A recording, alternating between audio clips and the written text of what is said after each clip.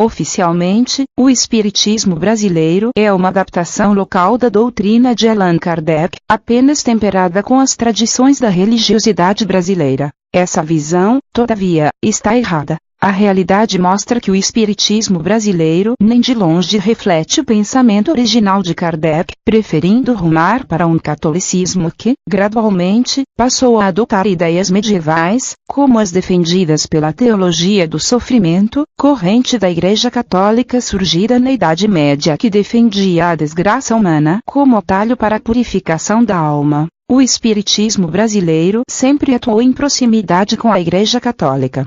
Num primeiro momento, quando surgiu, ainda antes da fundação da FEB, em 1884, deu preferência aos devaneios católicos de Jean-Baptiste Rustem, se desviando da coerência lógica de Kardec. Em segundo momento, por uma questão de sobrevivência, o Espiritismo brasileiro adaptou ritos e dogmas católicos para evitar a repressão policial às casas espíritas, que ocorria até meados do século XX. Mas, depois, a própria opção católica dos espíritas causou problemas, já quando eles tinham como seu maior propagandista o suposto médium Francisco Cândido Xavier. O próprio Chico Xavier nem era e nunca foi espírita, tendo sido na verdade um católico das antigas, que, como todo nascido em cidade do interior, no caso a desconhecida Pedro Leopoldo, em Minas Gerais, adotava crenças vindas do velho catolicismo jesuíta, de influência portuguesa e práticas e dogmas ainda medievais. Isso porque o catolicismo tornou-se tão evidente como influência no espiritismo brasileiro que já se falava num segundo catolicismo. Isso causou indignação entre uma parcela do movimento espírita que exigia maior respeito ao legado de Kardec. Esta parcela, denominada espiritismo científico, foi deixada de lado pelo movimento espírita, que deu maiores privilégios ao espiritismo místico, que catolicizou a doutrina espírita no Brasil. Isso gerou tantos conflitos que uma parcela do espiritismo místico, antes declaradamente rustambista, passou a adotar uma posição mais dissimulada.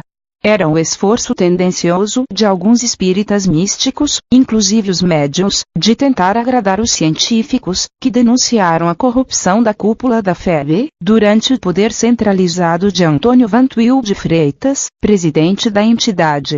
Com os escândalos atingindo o ápice nos anos 60, os espíritas abertamente catolicizados passaram a adotar uma posição falsamente fiel ao pensamento de Allan Kardec, criando todo um simulacro de recuperação das bases espíritas originais. Com a aposentadoria e morte de Vantuil de Freitas, o movimento espírita brasileiro passou a adotar uma postura dúbia. Seus membros passaram a dizer que eram rigorosamente fiéis a Allan Kardec, embora o traíssem com as ideias rustambistas habituais. Os supostos médiuns Chico Xavier e Divaldo Franco passaram a popularizar esta postura, acostumando muito mal quem se interessasse a conhecer e apreciar a doutrina espírita. Essa fase chamamos de fase dúbia, por conta dessa posição contraditória, de alegar pretensa fidelidade aos postulados de Kardec, enquanto, na prática, se adota o mais explícito igregismo. Embora o espiritismo, adotando esta posição, tenha se tornado agradável a muitas pessoas e tenha conquistado muito apoio, esta postura acentuou a hipocrisia de seus membros, que chegam a fazer falsas críticas à chamada vaticanização do espiritismo, mas na prática fazem tudo aquilo que dizem reprovar. Durante anos, a fase dúbia do espiritismo, no qual se consagraram nomes como Divaldo Franco, Alamar Regis Carvalho, José Medrado, Orson Peter Carrara, Rino Curti, Marlene Nobre, Geraldo Lemos Neto e tantos outros, viveu em suposto equilíbrio pela sua aparente inclinação à religiosidade e ao ecumenismo. Mas as contradições não tardaram a aparecer, quando o conteúdo rustambista se tornou ainda mais explícito e revelado mediante uma observação atenta aos livros, palestras e artigos publicados.